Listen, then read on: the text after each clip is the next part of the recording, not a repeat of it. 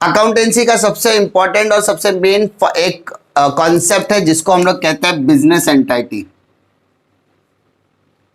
Business entity. अब business entity का exact मतलब क्या होता है पहले समझ के लो। जैसा कि आप सभी को पता है बिजनेस का मतलब क्या होता है, कोई भी ऐसी बिजनेस इज एन एक्टिविटी जहां पर एक पर्टिकुलर पर्सन क्या करता है, अपने प्रोडक्ट को अपनी सर्विसेज को सेल करने की कोशिश करता है, बदले में वो क्या कमाता है, प्रॉफिट। बिजनेस करने का मेन मकसद क्या होता है, प्रॉफिट कमाना। अब बोले सब प्रॉफिट के अलावा लॉस भी तो हो सकता है, it's a part and parcel. एक सिक्के के दो पहलू होते हैं, प्रॉफिट हुआ तो लॉस भी हो सकता है। तो एंटाइटी का मतलब क्या होता है, बिजनेस एंटाइटी मतलब business firm. Business firm, business firm का मतलब क्या होता है, बिजनेस करने वाला। एक एग्जांपल के तौर पे अगर मैं बोलूं तो आप लोगों ने अनिल अंबानी का नाम सुना होगा, है ना। आपने मुकेश अंबानी का नाम सुना होगा, है ना। मुकेश अंबानी का नाम सुना होगा। आपने रतन टाटा सर का नाम सुना होगा, रतन टाटा। आपने आशीष सर का नाम सुना रहेगा। तो ये सब कौन है, ये सब बिजनेसमैन है, ठीक है। अब इनकी फर्म है, इनकी क्या बिजनेस फर्म है। तो अनिल अंबानी का रिलायंस, मुकेश अंबानी का रिलायंस, रतन टाटा सर का टाटा और आशीष सर का आशीष ट्यूटोरियल्स। सिंपल सी बात है। तो बिजनेस एंटाइटी के पॉइंट ऑफ व्यू से जाओगे तो ये प्रोप्राइटर्स है और ये बिजनेस फर्म है। दोनों का अस्तित्व अलग अलग है। दोनों का अस्तित्व क्या है, अलग अलग है। प्रोप्राइटर अलग होता है और एसोसिएशन अलग होता है, फर्म अलग होता है, कॉन्सेप्ट अलग होता है, एंटाइटी अलग होती है। तो ये जो चीज है, ये जो लोग हैं, ये आपको प्रोप्राइटर्स होंगे। आपके कंपनी के क्या है, आपके प्रोप्राइटर्स। और ये जो आपने कंपनियों की डिस्कशन की है, रिलायंस हो गया, टाटा ग्रुप ऑफ इंडस्ट्री हो गया, क्लासेस हो गया, तो ये सारी चीजें आपके एंटाइटी है। क्या ये एंटाइटी। तो अगर मैं मार्कर खरीदता हूं तो ये मार्कर मैं मेरे यूज के लिए खरीद रहा हूं क्या, नहीं। ये किसके यूज के लिए कर रहा हूं, एंटाइटी के इस्तेमाल के लिए कर रहा हूं, बिजनेस के इस्तेमाल के लिए कर रहा हूं, ठीक है। अगर मैं बोल रहा हूं कि मैं एसी लगा रहा हूं तो एसी क्लासरूम में लगा, तो क्लासरूम का एसी एंटाइटी पर्पस के लिए, ना कि पर्सनल पर्पस के लिए। तो यहां पर अकाउंटेंसी क्या कहता है कि यहां पर प्रोप्राइटर और business entity, business firm, business concern, business का, ठीक है, ये जितने भी कंपनीज है वो दोनों अलग अलग कॉन्सेप्ट है। आपने आशीष सर को पैसा दिया, इसका मतलब ये नहीं कि आप आशीष सर आपके गुलाम हो गए। आपने फीस आशीष ट्यूटोरियल्स को दिया है। आप अडानी इलेक्ट्रिसिटी के इलेक्ट्रिसिटी बिल पे करते हो, तो इसका मतलब ये नहीं कि अडानी साहब आपके जेब में चले जाएंगे, ठीक है। दोनों कॉन्सेप्ट क्या है, अलग है। ओनर अलग होता है और फर्म अलग होता है। ओनर अलग होता है, एंटाइटी अलग होती है। एंटाइटी मतलब होता है फर्म। एंटाइटी मतलब क्या होता है, फर्म। फर्म मतलब बिजनेस ग्रुप। अच्छा, बिजनेस ग्रुप भी नहीं समझा, जान दो, कोई तकलीफ नहीं। एंटाइटी का सिंपल मतलब होता है कंपनी। क्या होता है, कंपनी। ओनर अलग होगा और कंपनी अलग होगी। कंपनी का जब बात करूंगा तो कंपनी के सारे इनकम और सारे एक्सपेंसेस आप बिजनेस एंटाइटी में लिख सकते हो, लेकिन प्रोप्राइटर के एक्सपेंस, प्रोप्राइटर की इनकम आप इसमें लिख सकते नहीं है। सिंपल सी बात कर रहा हूं, वापस मैं बताने की कोशिश कर रहा हूं। यहां पर आपको समझने की जरूरत क्या है कि बिजनेस एंटाइटी में आपका जो ओनर होता है और आपका जो फर्म होता है वो दो अलग अलग लोग होते हैं।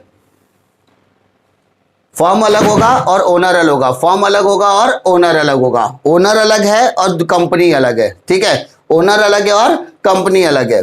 तो जब हम लोग बिजनेस एंटाइटी की बात करेंगे तो फर्म से रिलेटेड जितना भी एक्सपेंस होगा, फर्म से रिलेटेड जितना भी एक्सपेंसेस होगा, फर्म से रिलेटेड जितना भी इनकम होगा, उसको आपको यहां पर रिकॉर्ड करना है। लेकिन ओनर के भी कुछ खर्चे होंगे, मेरा खुद का भी कुछ खर्चा होगा ना।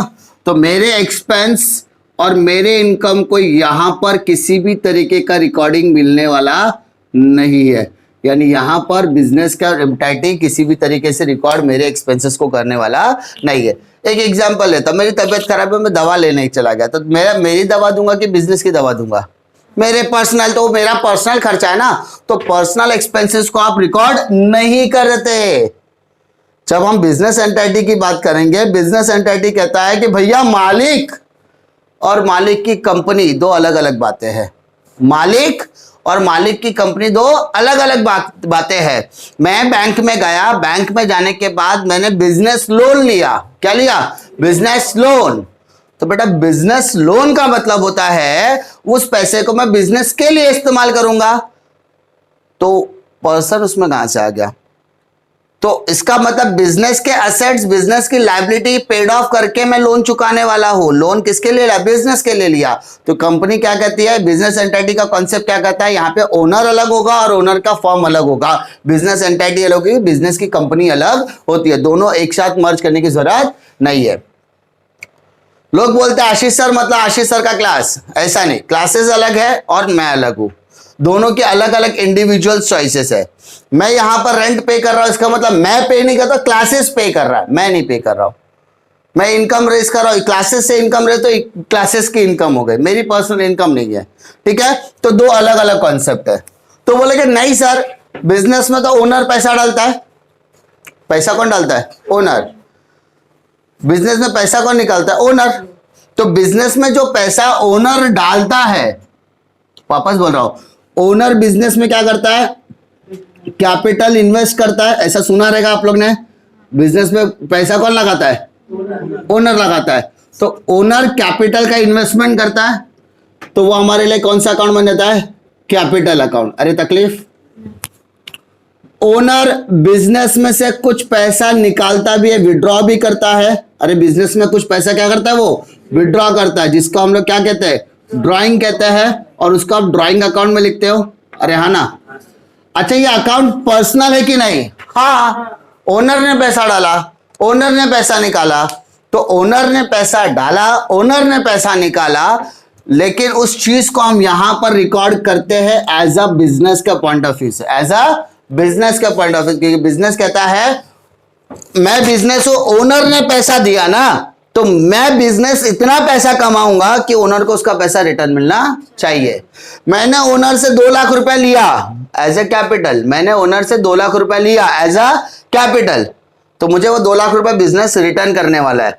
तो इसलिए उसको कैपिटल को हम लायबिलिटी बोलते हैं। क्या बोलते हैं? लायबिलिटी। ओनर है, बिजनेसमैन ने पैसा निकाला, बिजनेसमैन ने पैसा, तो बिजनेस खड़ा किया, तो बिजनेस क्या बोलेगा? ओनर है, तू पैसा लेके जा रहा है ना, तेरे को पैसा रिटर्न भी करना पड़ेगा। अच्छा, तू रिटर्न नहीं करेगा तो मैं तेरे कैपिटल में से माइनस करेगा, तेरे कैपिटल को लेस करूंगा। तो यहाँ पे बिजनेस और ओनर के बीच में क्या रिलेशन है? लायबिलिटी होल्डर का रिलेशन है। कौन सा है? लायबिलिटी। कर्जा बोलते हैं ना। बिजनेसमैन ने 2 लाख रुपए लाया, अब वो 2 लाख कहां से लाया? खुद की जेब से लाया, वो भी कर्जा है। दोस्त से मांगा, वो भी कर्जा है। बैंक से मांगा, वो भी कर्जा है। वाइफ से मांगा, वो भी कर्जा है। तो इसीलिए बैलेंस शीट जब भी आप बनाते हो ना, तो बैलेंस शीट में लायबिलिटी वाला, लायबिलिटी मतलब कर्जा वाला कॉलम होता है। उस कर्जे वाले कॉलम में सबसे पहला अकाउंट कोई होगा तो वो होगा कैपिटल। क्या होता है? कैपिटल। क्योंकि बिजनेस अपने आप को बिजनेस मानता है, तो वो बिजनेस ओनर को सबसे पहला कर्जदार मानता है कि मैं इतना पैसा कमा कर दूंगा।